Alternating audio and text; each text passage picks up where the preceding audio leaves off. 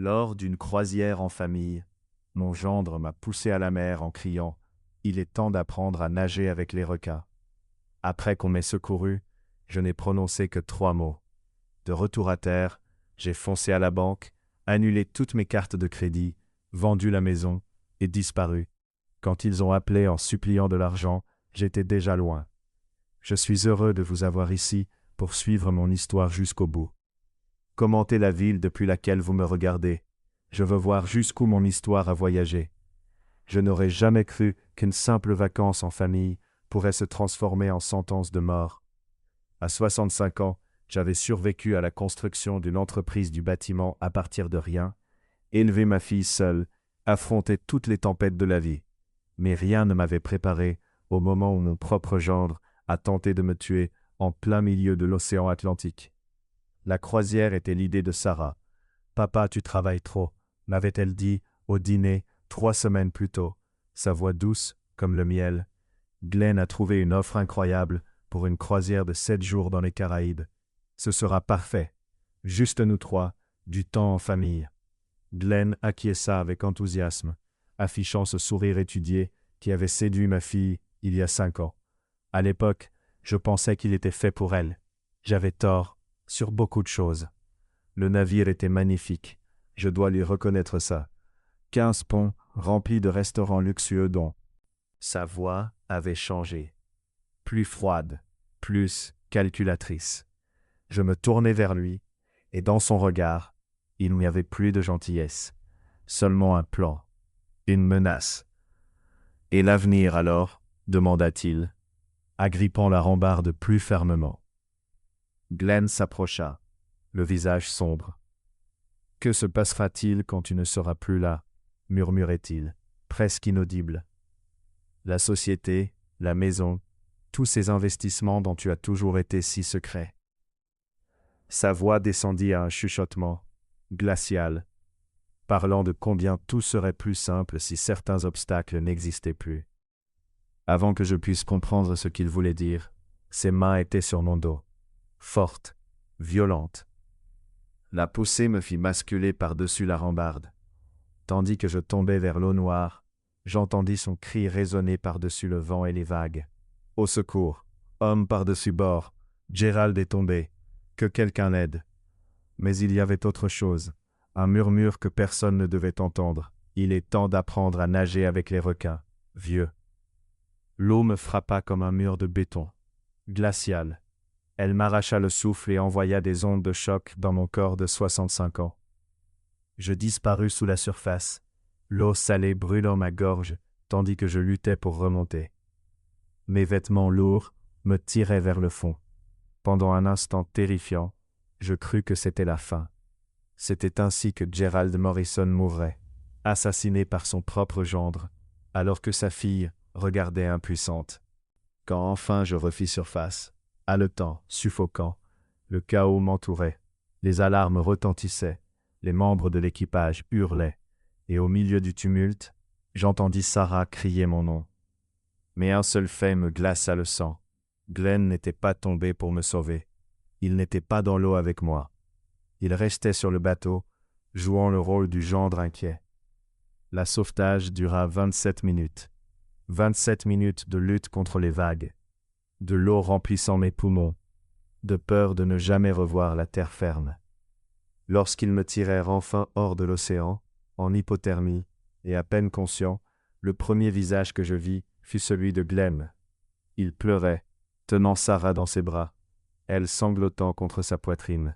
« Merci Dieu que tu sois vivant, Gerald, » dit-il, la voix brisée par un soulagement fin. J'ai cru t'avoir perdu, mais je vis autre chose dans ses yeux. De la déception. Ce n'était pas censé être un sauvetage, c'était censé être un enterrement. Alors que le médecin du navire vérifiait mes signes vitaux et m'enveloppait dans des couvertures chauffées, je revécus chaque moment de ma chute. Les mains de Glenn sur mon dos, la poussée délibérée, le cri sur les requins et non sur le secours, et surtout, sa présence instantanée sur les lieux du sauvetage, parfaitement sec, parfaitement calme. Ils m'installèrent dans l'infirmerie du navire. Sarah, fidèle et terrifiée, resta à mes côtés. Papa, j'avais si peur, murmura-t-elle en me tenant la main. Alla chercher de l'aide, je crus que mon cœur allait exploser. Il hocha la tête avec gravité, jouant son rôle à la perfection. C'est arrivé si vite, Gerald. Une seconde tu admirais la vue, la suivante, tu avais disparu. La rambarde devait être glissante. Je le regardais, cet homme qui venait d'essayer de me tuer, et quelque chose mourut en moi. Pas mon corps, mais quelque chose de plus profond. Ma confiance. Le médecin dit que je me rétablirai complètement. Mais la trahison, elle, ne se répare pas. L'espoir, la croyance que la famille signifiait quelque chose de sacré. Glenn s'était penché plus près, probablement convaincu que je ne pourrais ni parler, ni réfléchir clairement après ce que j'avais vécu. Son visage était à quelques centimètres du mien, et je sentais sa Cologne, la même marque de luxe qu'il portait depuis qu'il avait épousé ma fille. C'est alors que je rassemblai le peu de force qu'il me restait et murmurai 3 mots qui firent blanchir son visage, aussi pâle que la coque du navire. Il recula comme si je l'avais giflé, sa bouche s'ouvrant et se refermant, muette comme un poisson pris hors de l'eau. Sarah ajustait mes couvertures et ne vit rien de cet échange. Mais Glenn avait entendu chaque mot. Et à cet instant, il comprit que son plan parfait venait de se transformer en son pire cauchemar. Allongé dans ce lit étroit de l'infirmerie, tandis que les moteurs du navire vrombissaient sous nos pieds, une pensée glaciale me traversa l'esprit, plus effrayante que l'Atlantique lui-même. Ce n'était pas un moment de violence aléatoire. Ce n'était pas un crime passionnel. Glenn avait tout planifié. Il m'avait amené sur cette croisière pour me tuer. Et quelque part au fond de mon esprit, une question terrible commença à prendre forme. Ma fille Sarah n'était-elle qu'une autre victime de sa manipulation? Ou était-elle complice, elle aussi? La réponse allait bouleverser tout ce que je croyais savoir sur ma famille. Mais avant cela, il fallait survivre au reste de la croisière. Et surtout, je devais m'assurer que la prochaine tentative de Glenn, car il y en aurait une, serait la dernière. Cette nuit-là, je restais éveillé dans l'infirmerie. Chaque craquement, chaque gémissement du navire me glaçant le sang. Chaque pas dans le couloir me faisait battre le cœur à tout rompre. Chaque fois que quelqu'un approchait de ma porte, je me demandais, est-ce que Glenn, venu finir ce qu'il avait commencé? Le médecin du navire, une femme bienveillante, nommée Dr Martinez, insista pour me garder sous observation jusqu'au matin. L'hypothermie est grave à votre âge, monsieur Morrison, expliqua-t-elle. Votre température centrale a dangereusement chuté. Ce qu'elle ignorait, c'était que mon sang était déjà glacé bien avant que je touche l'eau. Glenn et Sarah vinrent me voir 3 fois dans la nuit. Chaque visite était une mise en scène parfaite de soucis et de soulagement. Sarah me tenait la main, les yeux rouges de larmes.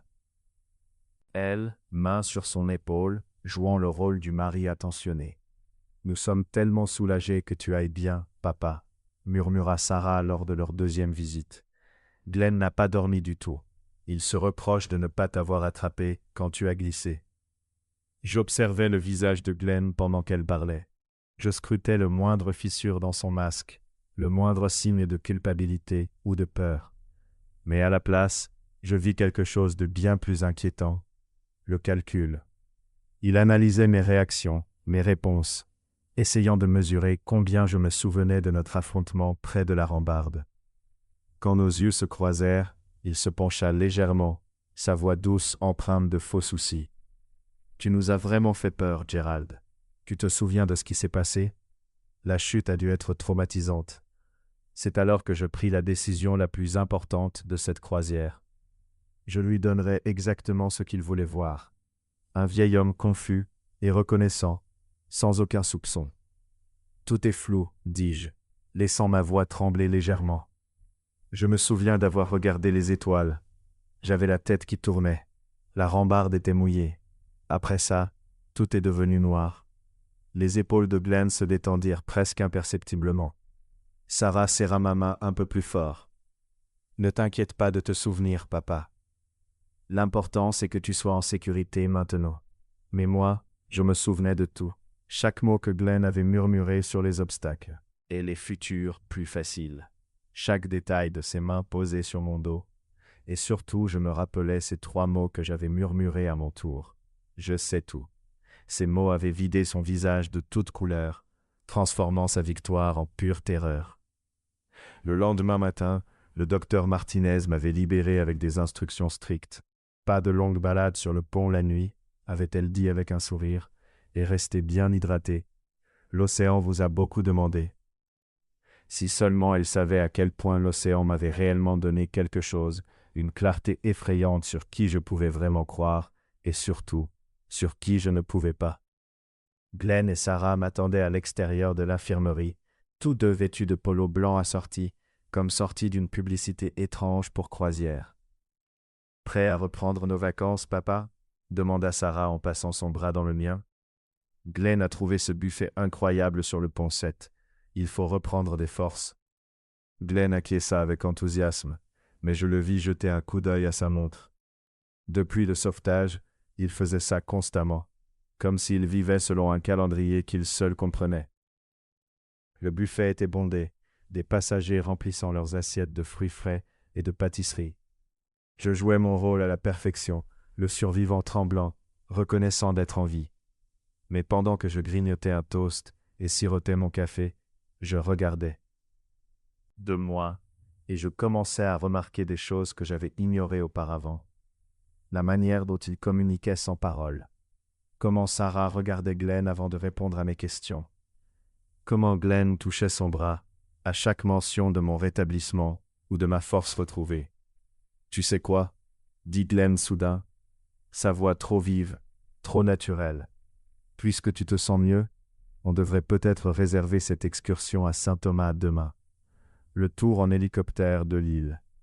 Tu adorerais la vue, Gerald. » La fourchette de Sarah resta suspendue, à mi-chemin vers sa bouche. Elle lança à Glenn un regard que je n'arrivais pas à déchiffrer. « Es-tu sûr que papa pourra suivre ?» demanda-t-elle avec prudence. Après hier, quelque chose de plus calme serait peut-être mieux. La mâchoire de Glenn se tendit presque imperceptiblement. « Oui, bien sûr.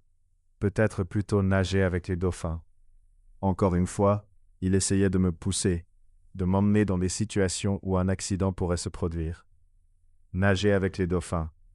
Comme c'était pratique. Comme c'était parfait pour un homme qui avait déjà tenté de me noyer une fois. En fait, dis-je en posant ma tasse de café avec un soin calculé. Je préférerais juste me reposer sur le bateau demain. Passer un peu de temps dans ma cabine, rattraper le sommeil. Je regardais attentivement le visage de Glenn pendant que je parlais.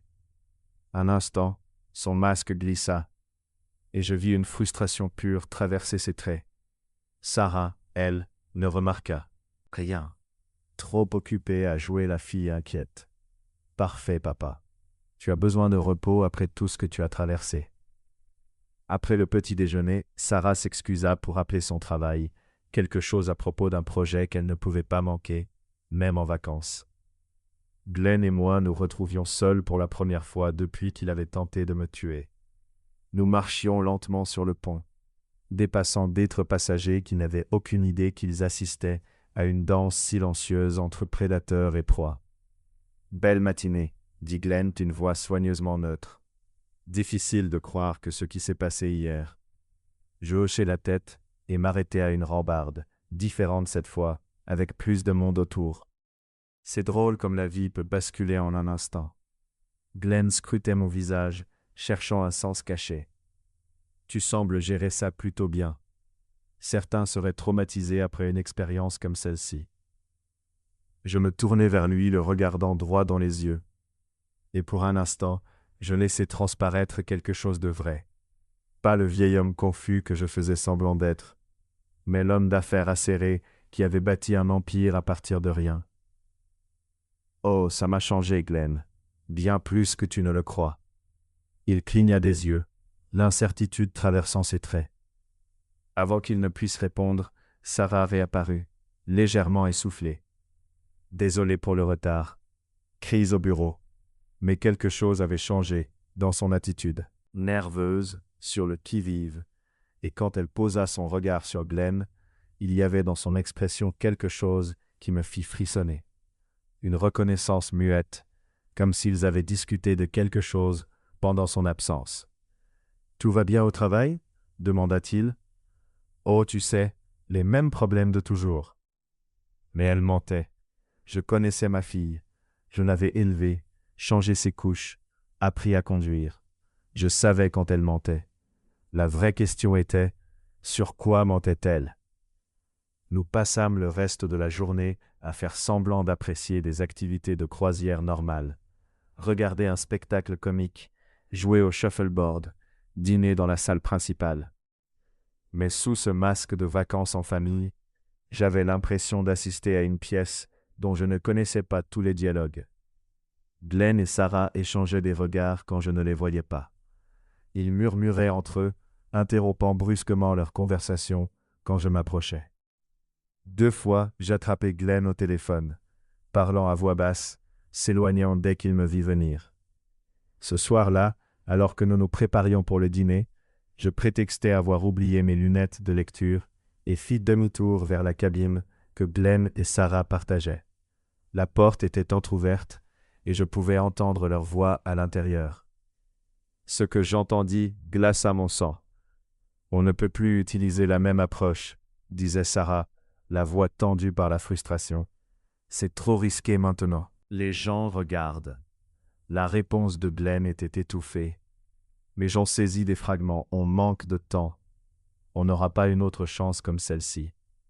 Puis Sarah dit quelque chose qui confirma mes pires craintes. On aurait dû mieux planifier. Maintenant, il se doute de quelque chose. Et s'il découvre ce qu'on fait vraiment?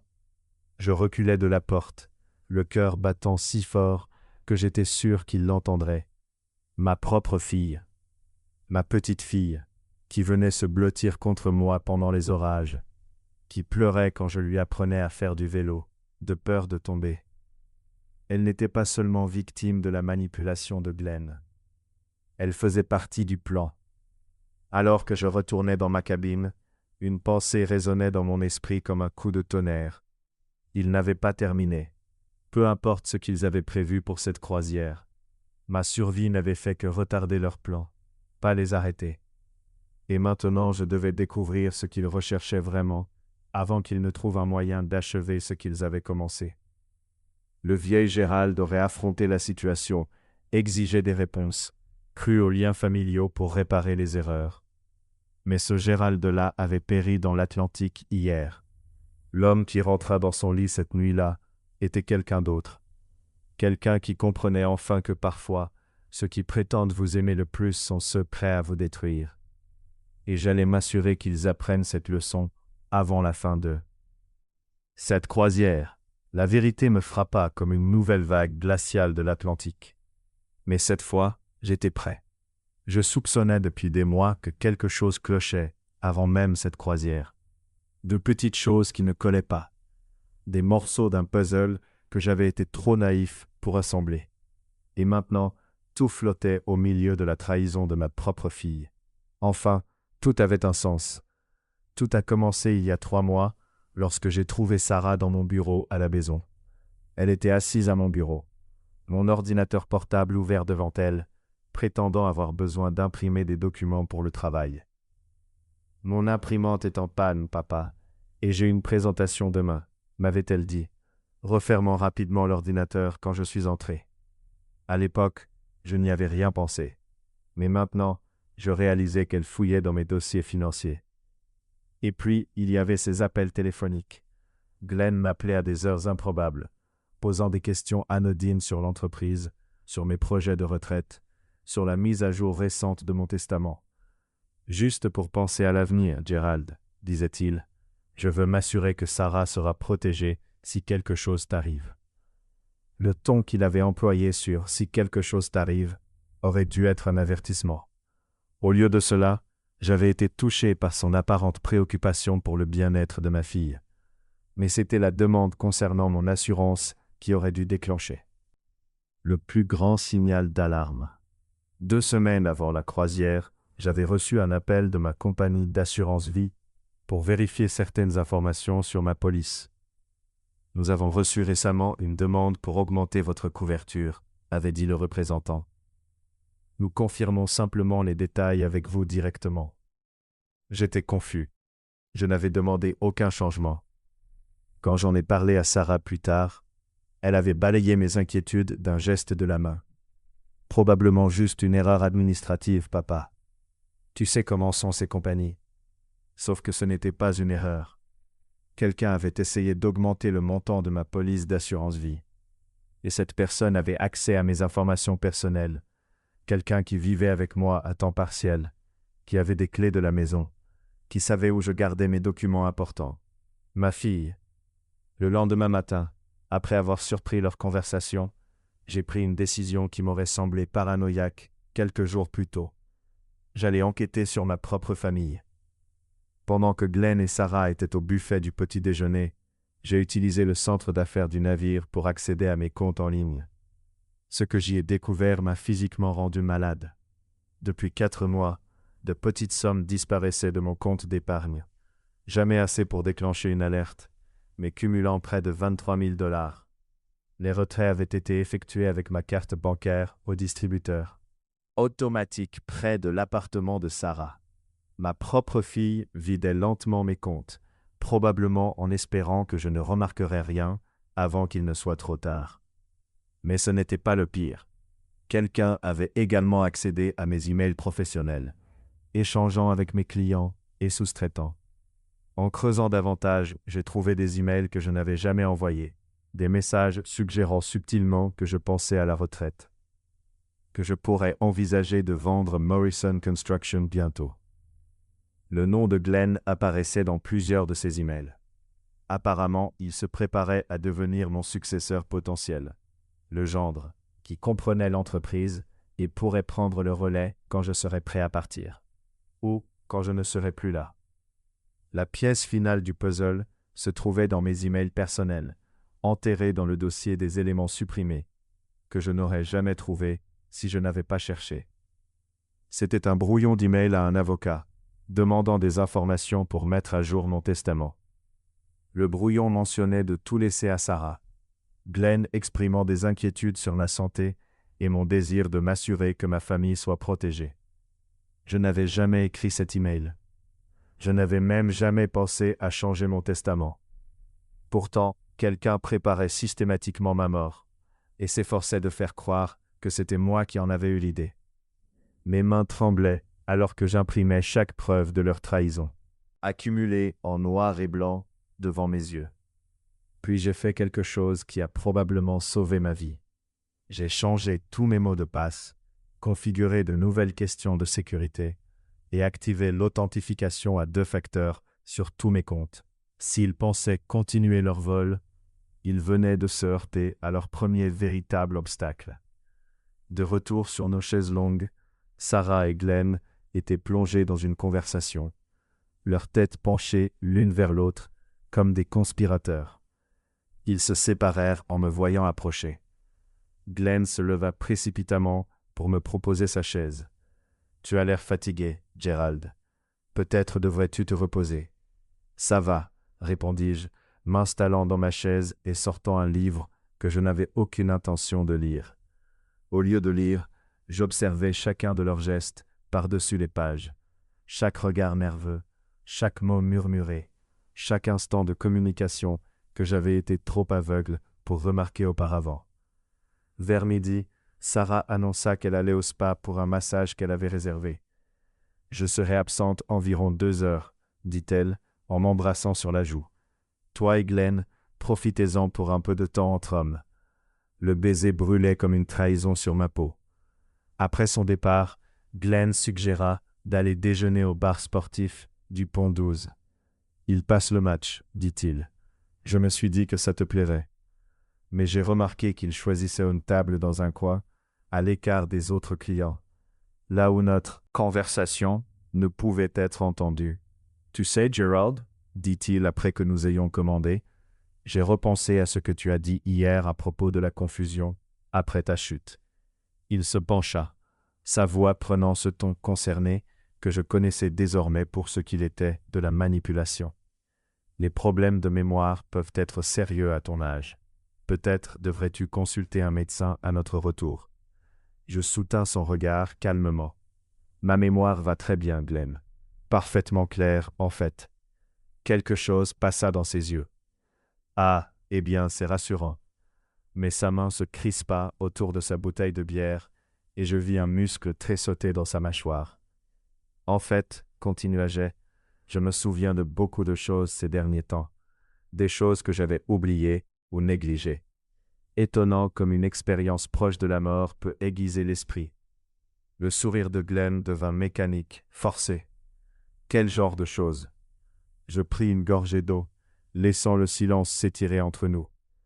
Oh, tu sais, des conversations que j'ai entendues, des documents que j'ai trouvés, des appels téléphoniques qui n'avaient pas beaucoup de sens à l'époque. Je le regardais pâlir, ce genre de révélation qui fait douter un homme de ceux en qui il peut réellement avoir confiance. Glenn posa sa bière, les mains tremblantes. « Gerald, je crois que le stress d'hier commence à te peser. Tu sembles un peu parano. »« Suis-je paranoïaque » demanda-je doucement. « Ou suis-je enfin capable de voir clairement ?» Pour la première fois depuis des mois, avant qu'il ne puisse répondre, mon téléphone sonna. C'était Marcus Webb, mon associé depuis 15 ans, appelant depuis notre bureau de Tampa. Je répondis en haut-parleur, en partie pour que Glenn entende cette conversation, et en partie pour tester une théorie. « Gerald, Dieu merci tu vas bien, » dit Marcus. « Je viens d'apprendre ton accident. Comment te sens-tu? » « Beaucoup mieux, merci.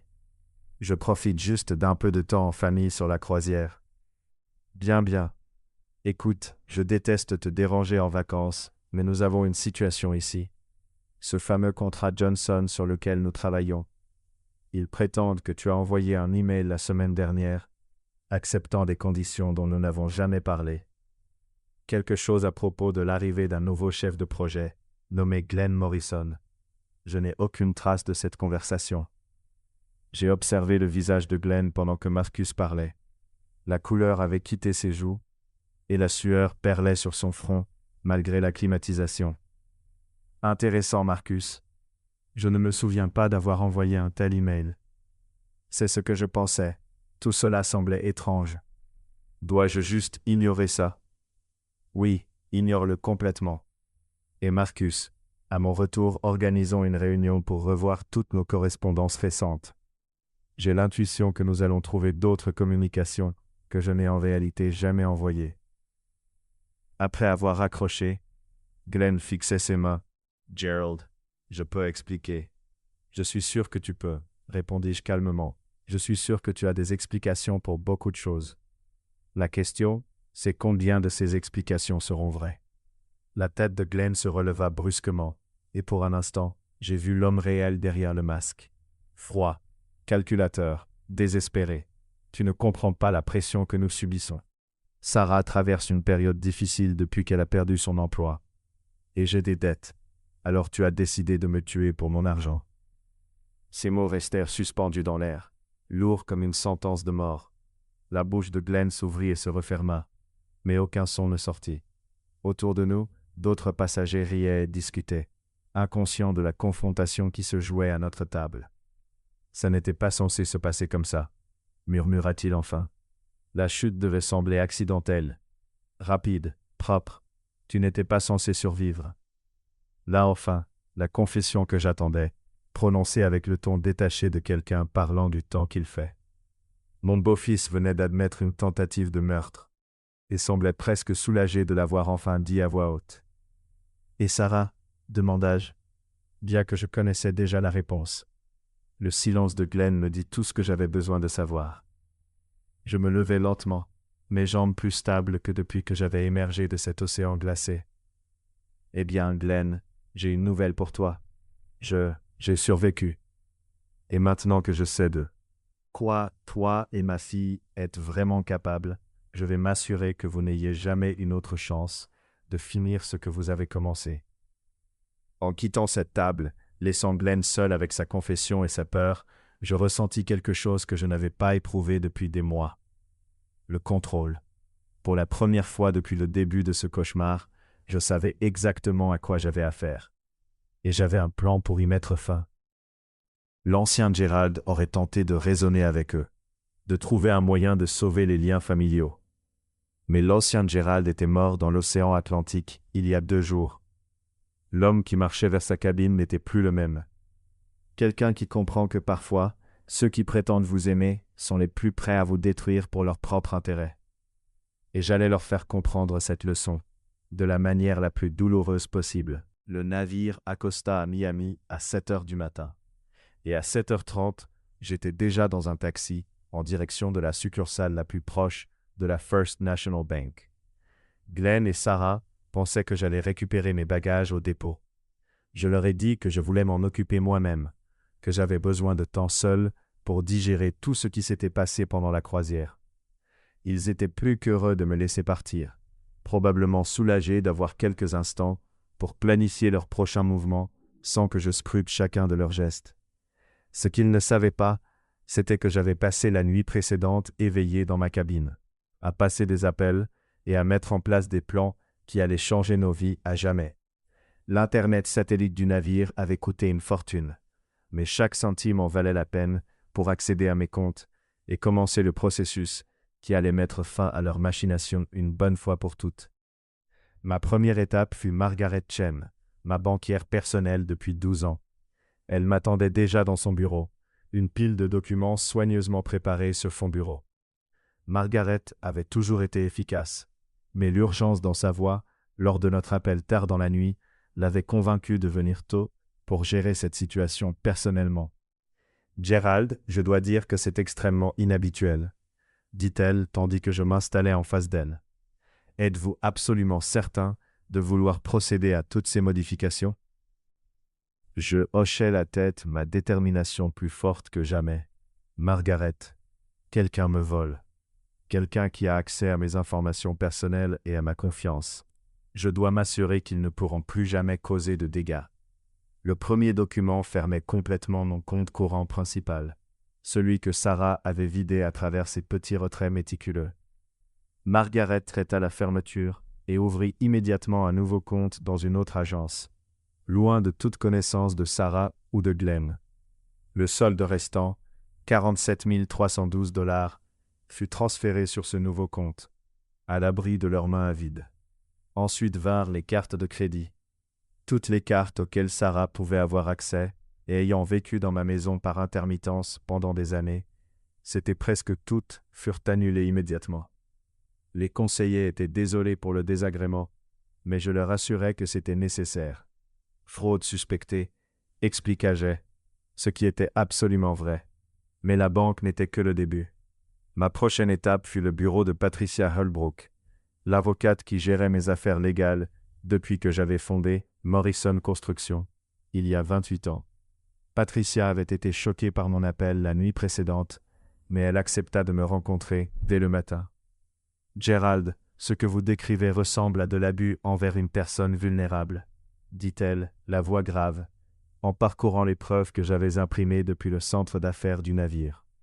L'accès non autorisé à vos comptes, les emails falsifiés, la tentative de manipuler votre police d'assurance. Cela va bien au-delà d'un simple vol. « Je ne veux pas porter plainte, » lui répondis-je. Elle leva les yeux, surprise. « Gerald, ils ont essayé de vous tuer, et votre propre fille était impliquée. » Ces mots me frappèrent comme un coup physique, mais je me forçai à rester concentré. Patricia, j'y ai pensé toute la nuit.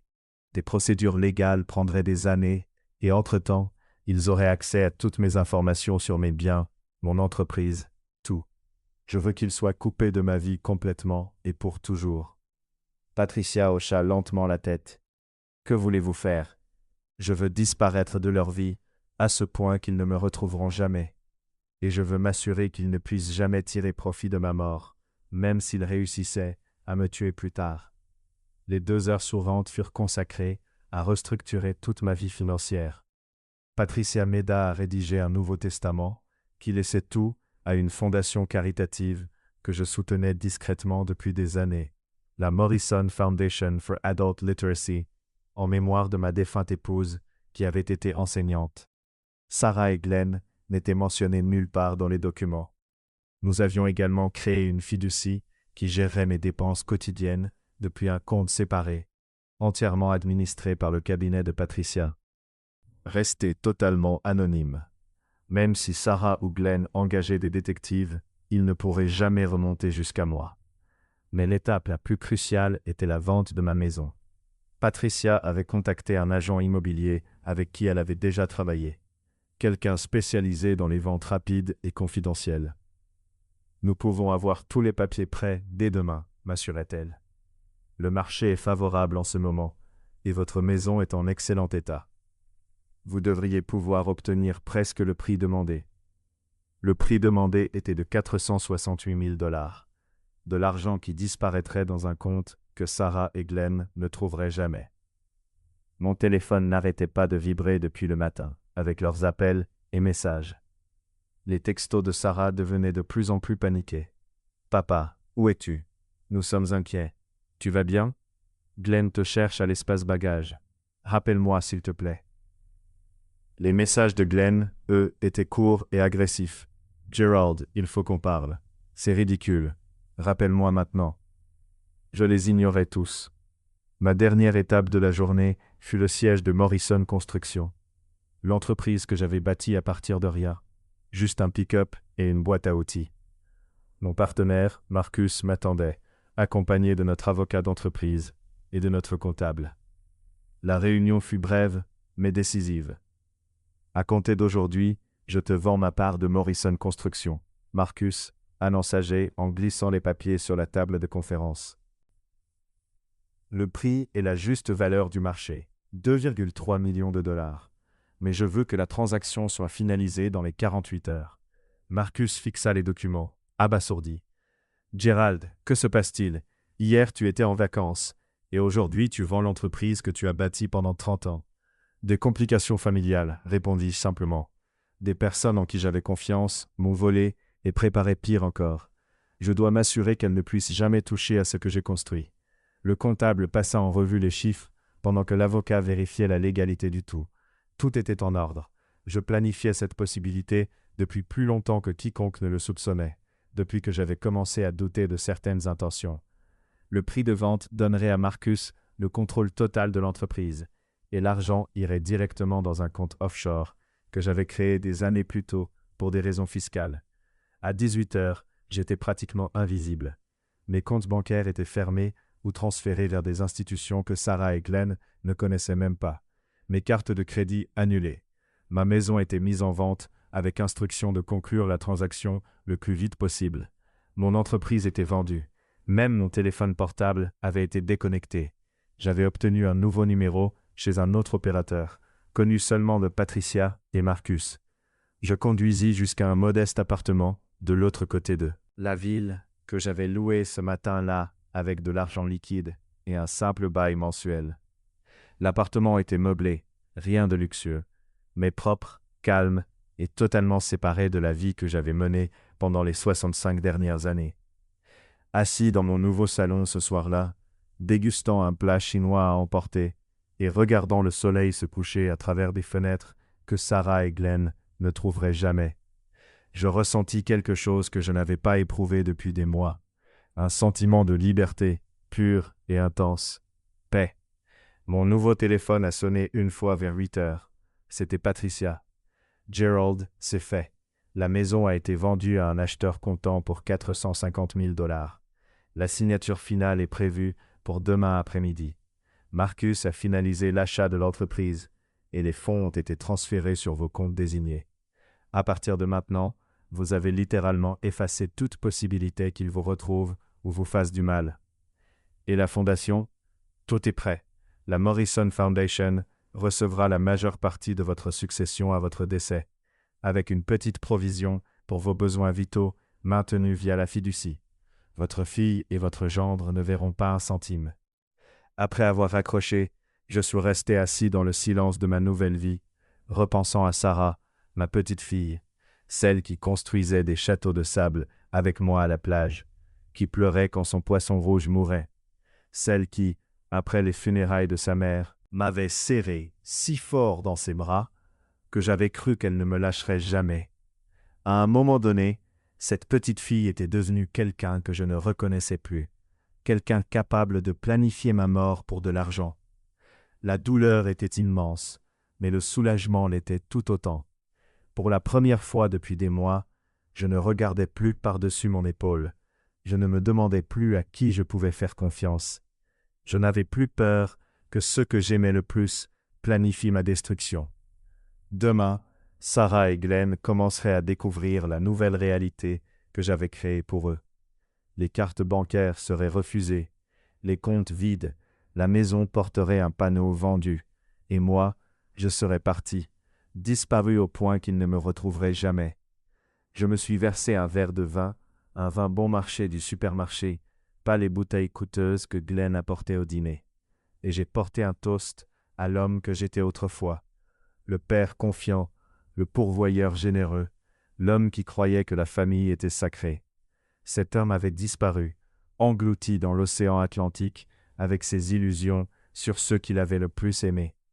L'homme assis dans ce modeste appartement, invisible et intouchable, était quelqu'un d'autre, quelqu'un qui comprenait que parfois, le plus grand acte d'amour consiste à partir avant que ceux qui prétendent vous aimer ne puissent vous détruire complètement. Et demain, Sarah et Glenn commenceraient à réaliser à quel point ils avaient perdu le jeu qu'ils croyaient gagner. Le premier appel est arrivé à 6h47, un mardi matin, exactement 11 jours après ma disparition. Je préparais mon café dans ma petite cuisine lorsque le nouveau téléphone a sonné, affichant un numéro inconnu. Pendant un instant, j'ai hésité à répondre. J'appréciais le silence, la tranquillité d'une vie sans manipulation ni menace. Mais la curiosité a pris le dessus, et j'ai appuyé sur accepter, sans dire un mot. Papa. La voix de Sarah était faible, brisée. Rien à voir avec la femme confiante qui avait aidé à planifier ma disparition 2 semaines plus tôt. Papa, s'il te plaît, si c'est toi, réponds-moi. Je n'ai rien dit. Je me suis contenté d'écouter sa respiration à l'autre bout du fil. Je sais que tu es là, a-t-elle poursuivi, sa voix tremblante de désespoir. Je t'entends respirer. Papa, s'il te plaît, il faut qu'on parle. Il s'est passé quelque chose de terrible. Tous nos comptes sont gelés, les cartes bancaires ne fonctionnent plus, et il y a un panneau vendu sur ta maison. Je ne comprends pas ce qui se passe. Et moi, je suis resté silencieux. La femme à l'autre bout du fil avait regardé son mari me pousser dans l'océan. Elle avait participé à un plan contre moi pour de l'argent. Quelle que soit la détresse qu'elle ressentait maintenant, elle n'était qu'une fraction de ce que j'avais vécu dans ces eaux glaciales.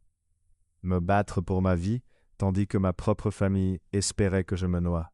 « Papa, s'il te plaît, » sanglotait-elle, sa voix brisée et sincère. « Je sais que nous avons fait des erreurs, mais nous sommes une famille.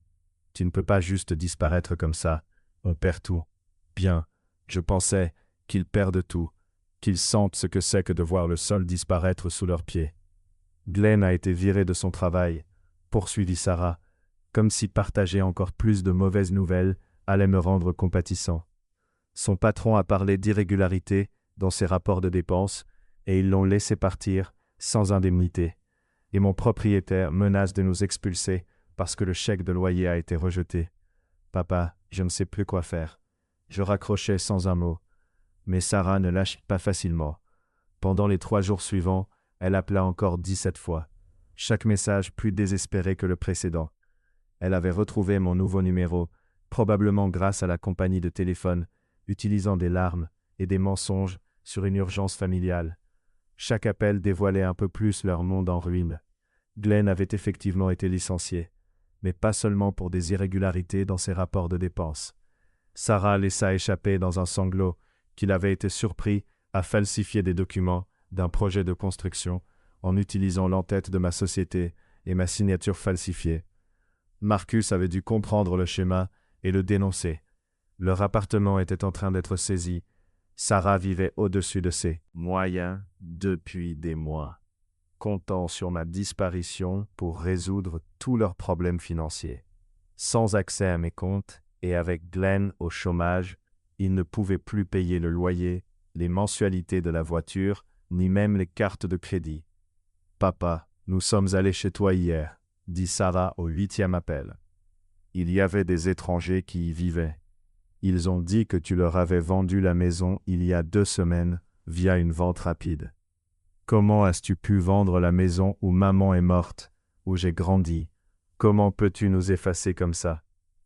J'ai failli répondre, presque, parce que cette maison où sa mère était décédée était sacrée pour moi aussi.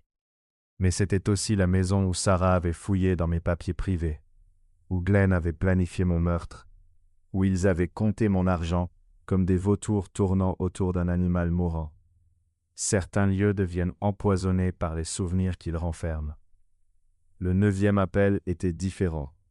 La voix de Glenn passa dans le haut-parleur, dure et menaçante, bien plus que le désespoir de Sarah. « Gerald, je sais que tu écoutes ces messages. Ça suffit maintenant. Tu ne peux pas juste disparaître et nous laisser sans rien.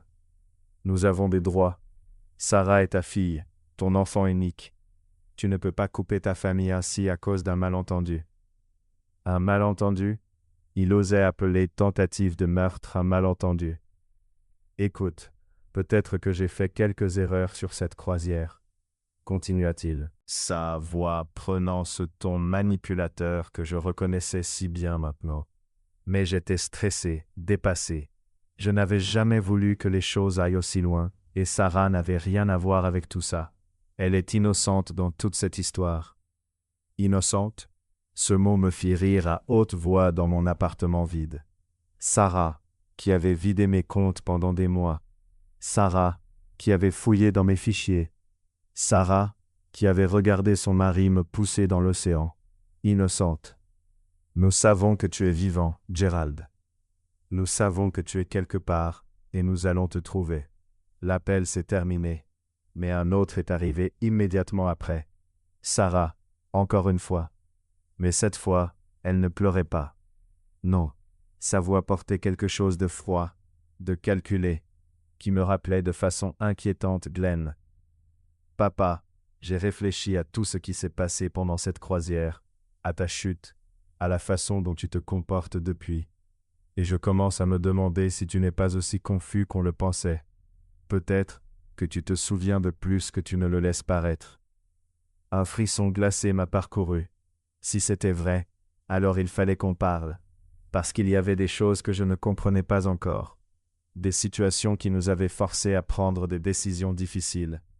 Glenn est dans de sérieux ennuis, papa, avec certaines personnes, des gens dangereux, qui se fichent de la famille, de la loyauté, et qui ne pensent qu'à récupérer leur point argent. Elle essayait maintenant de me faire sentir coupable pour eux, de transformer leur situation financière désespérée en ma responsabilité.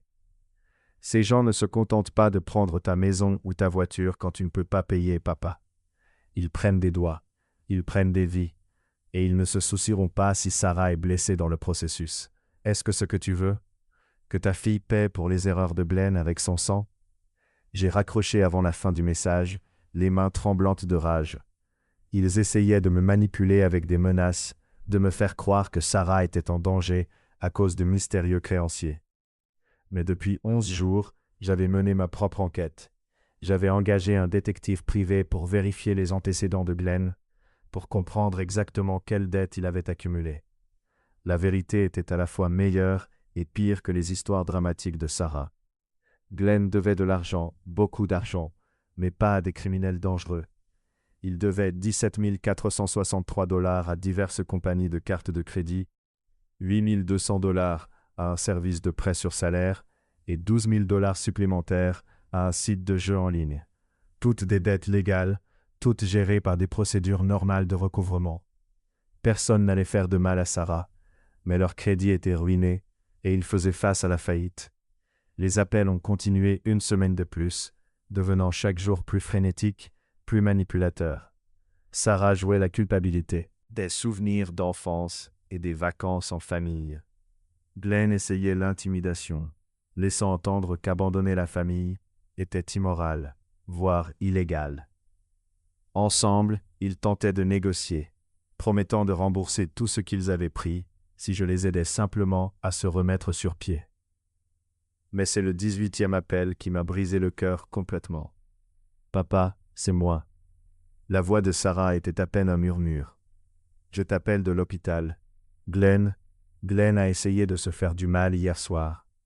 Il a pris beaucoup de pilules. Il disait qu'il ne pouvait pas vivre avec ce que nous avions fait, qu'il ne pouvait plus affronter les conséquences. Mon cœur s'est serré, malgré tout ce qu'il m'avait fait traverser. Il va bien, a-t-elle continué rapidement. Ils lui ont fait un lavage d'estomac, et maintenant il est stable. Mais papa, ce n'est plus l'homme que j'ai épousé. Le stress, la culpabilité, la pression financière, ça le détruit. Et ça me détruit aussi. Il y eut un long silence. Puis elle parla à nouveau, sa voix différente, plus petite, plus semblable à celle de la petite fille que je connaissais. Je sais que ce que nous avons fait était mal. Je sais que nous t'avons blessé d'une manière que tu ne pourras probablement jamais pardonner. Mais, papa, j'ai peur. Je suis seul. Et je ne sais pas comment réparer tout ça. Je ne comprends même pas comment nous en sommes arrivés là. Quand sommes-nous devenus ce genre de personnes, capables de blesser ceux qu'elles aiment? Quand la violence est-elle devenue une option? Pour la première fois depuis la croisière, j'ai entendu dans sa voix un vrai remords. Pas de manipulation, pas de marchandage, mais une véritable prise de conscience de ce qu'ils avaient fait. Je ne peux pas m'empêcher de repenser à cette nuit sur le bateau, à te voir disparaître derrière cette balustrade. Et je ne comprends toujours pas comment j'ai pu rester là, sans rien faire. Quel genre de fille fait ça? Quelle personne suis-je devenue? L'appel s'est terminé là. Et pour la première fois depuis des semaines, j'ai éclaté en sanglots. Pas pour ce que j'avais perdu, mais pour ce que Sarah avait perdu. À un moment donné, ma petite fille avait troqué son âme contre de l'argent. Et maintenant, elle commençait enfin à comprendre le prix de ses choix. Mais comprendre ce coup ne suffisait pas à effacer les conséquences. Cela ne ramenait pas la confiance brisée, ni ne réparait la trahison qui avait failli me coûter la vie. Et certainement pas à dire que j'allais les sauver du chaos qu'ils avaient créé. Le lendemain matin, j'ai fait ce que j'évitais depuis 3 semaines. Je suis allé au cimetière où ma femme Margaret repose. À la tombe que je visite chaque année, le jour de son anniversaire et celui de sa mort. Je me suis agenouillé devant sa pierre tombale et je lui ai raconté toute la trahison de Sarah, la tentative de Glenn de me tuer, la façon dont je m'étais effacé de leur vie, comme de la fumée dans le vent. Avoir fait ce qu'il fallait, Maggie, et je murmurai à la pierre froide. J'espère que notre petite fille pourra retrouver celle qu'elle était, mais je ne peux pas être celui qui la sauvera. Certaines leçons s'apprennent à la dure. Alors que je quittais le cimetière, mon téléphone a sonné une dernière fois. Le numéro de Sarah est apparu, mais cette fois, je n'ai pas hésité. « Allô, Sarah ?»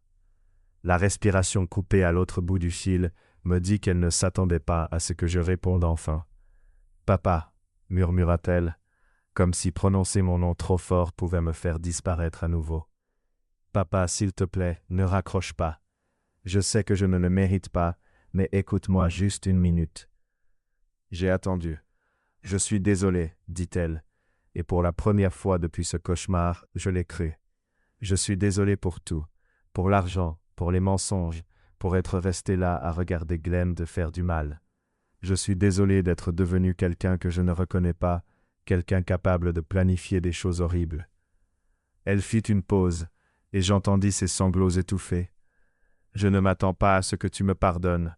Je ne m'attends pas à ce que tu nous aides. Mais je voulais que tu saches que je me souviens de qui tu es vraiment, papa. Tu es l'homme qui a travaillé 3 emplois pour m'envoyer à l'université, qui m'a tenu dans ses bras quand maman est morte, qui m'a appris que la famille devait être faite d'amour, pas d'argent. » Le silence emplit.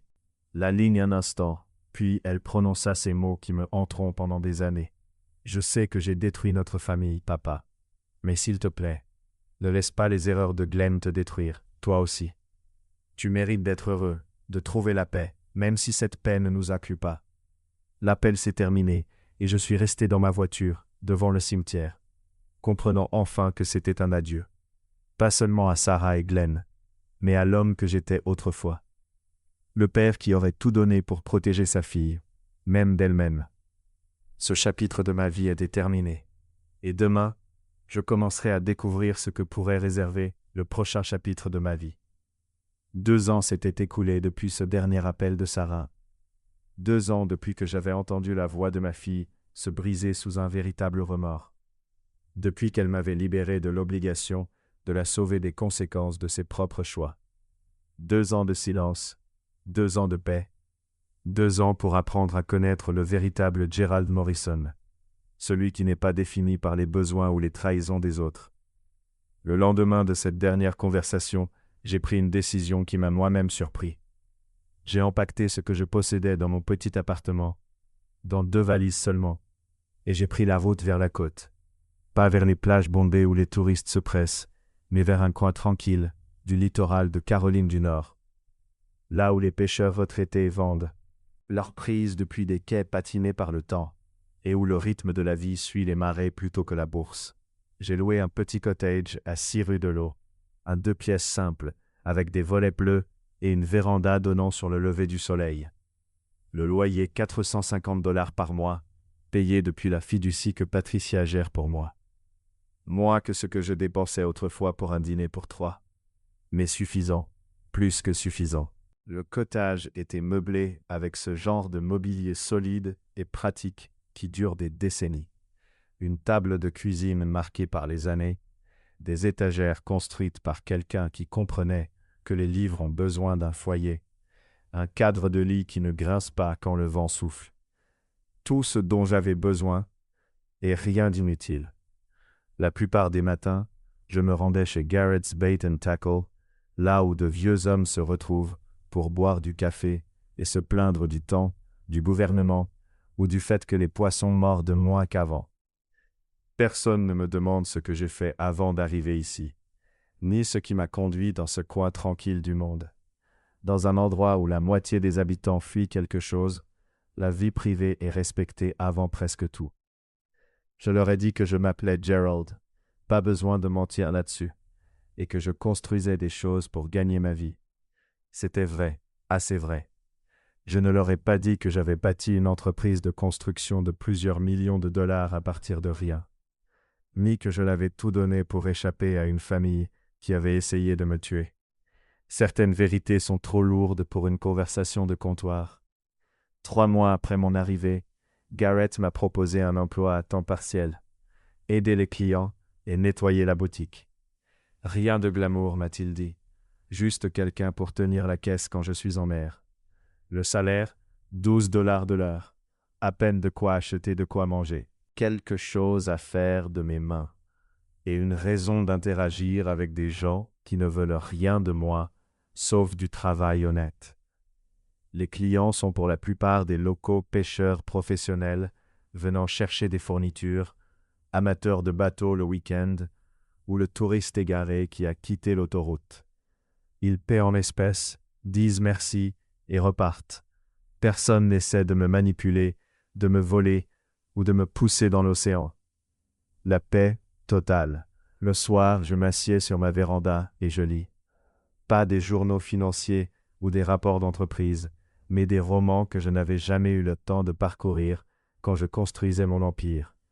J'ai découvert que j'aimais les mystères, les histoires de personnes découvrant des vérités cachées et trouvant la justice dans des endroits inattendus. L'ironie de la situation ne m'échappe pas. Parfois, quand le temps est clément, je descends à la plage et regarde le soleil se coucher, peignant le ciel de couleurs qu'aucun artiste ne pourrait jamais capturer correctement.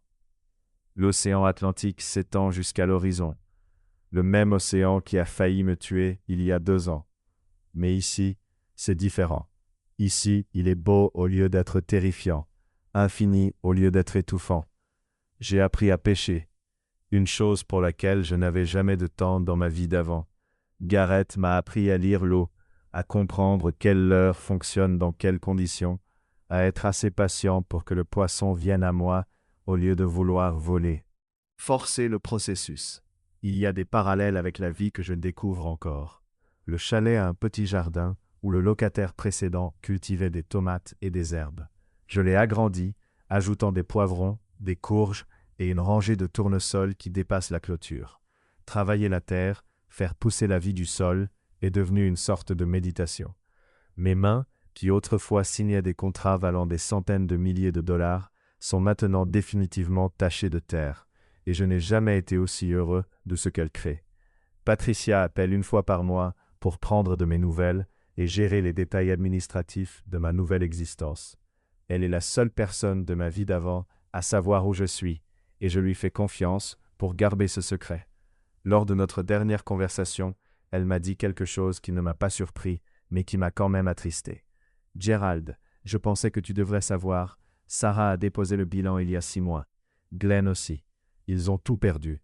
L'appartement, les voitures, même la bague de fiançailles de Sarah.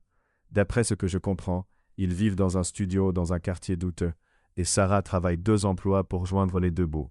Quant à Glenn, toujours au chômage. Apparemment, tout le monde sait maintenant pour ses faux documents et sa tentative de fraude. Aucune entreprise de construction dans le coin ne veut de lui. Un mélange de satisfaction et de tristesse m'envahit. Cette nouvelle. Satisfaction, parce que justice avait été rendue. Tristesse, parce que ma fille payait le prix d'avoir fait confiance au mauvais homme. Il y a autre chose, continua Patricia. Sarah a essayé de me contacter le mois dernier. Elle voulait savoir s'il y avait un moyen de te joindre. Pas pour de l'argent ou de l'aide, mais pour te dire quelque chose. Je lui ai dit non, mais elle m'a demandé de te transmettre un message si jamais je parlais avec toi. Que disait-elle? Patricia resta un moment silencieuse. Elle m'a dit de te dire qu'elle comprend maintenant pourquoi tu as dû disparaître. Elle est heureuse que tu sois en sécurité, où que tu sois, et elle espère que tu as trouvé la paix.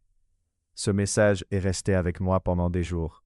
Sarah avait enfin compris la différence entre vouloir le pardon et le mériter, entre comprendre les conséquences et tenter de les fuir.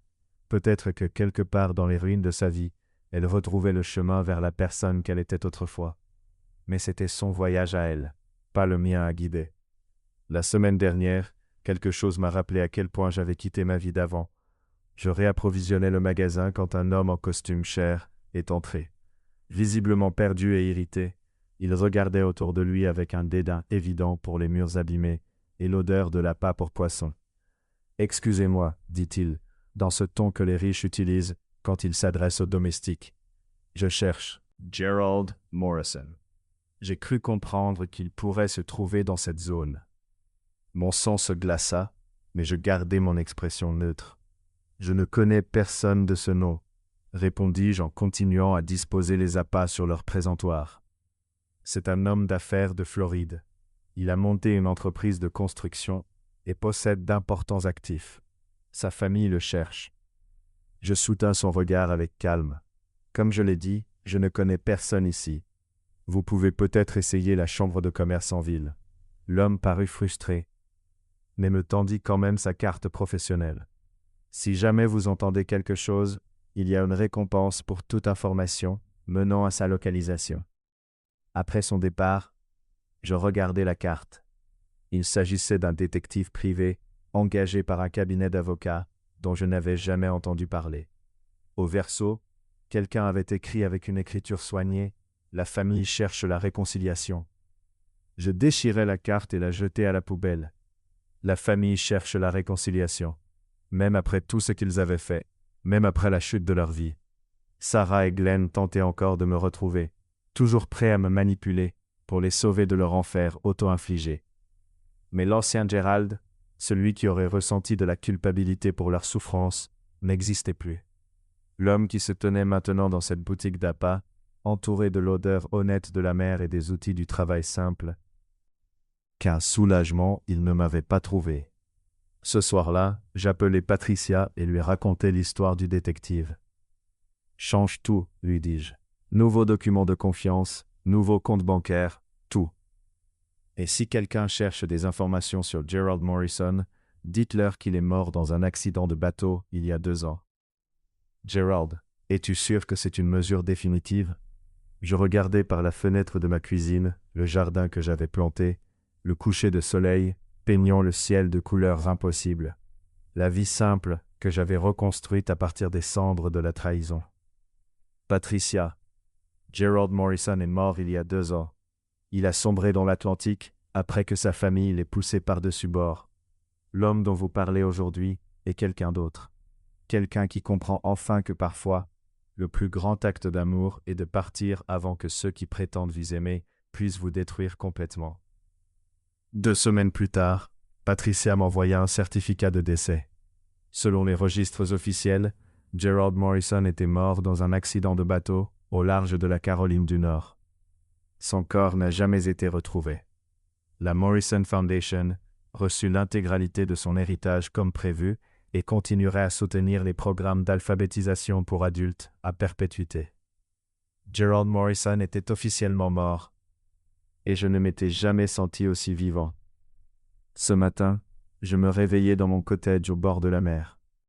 Préparai mon café avec de l'eau dont je n'avais pas à craindre qu'on l'empoisonne, et me rendis à un travail où mes collègues ne cherchaient pas à me tuer pour de l'argent.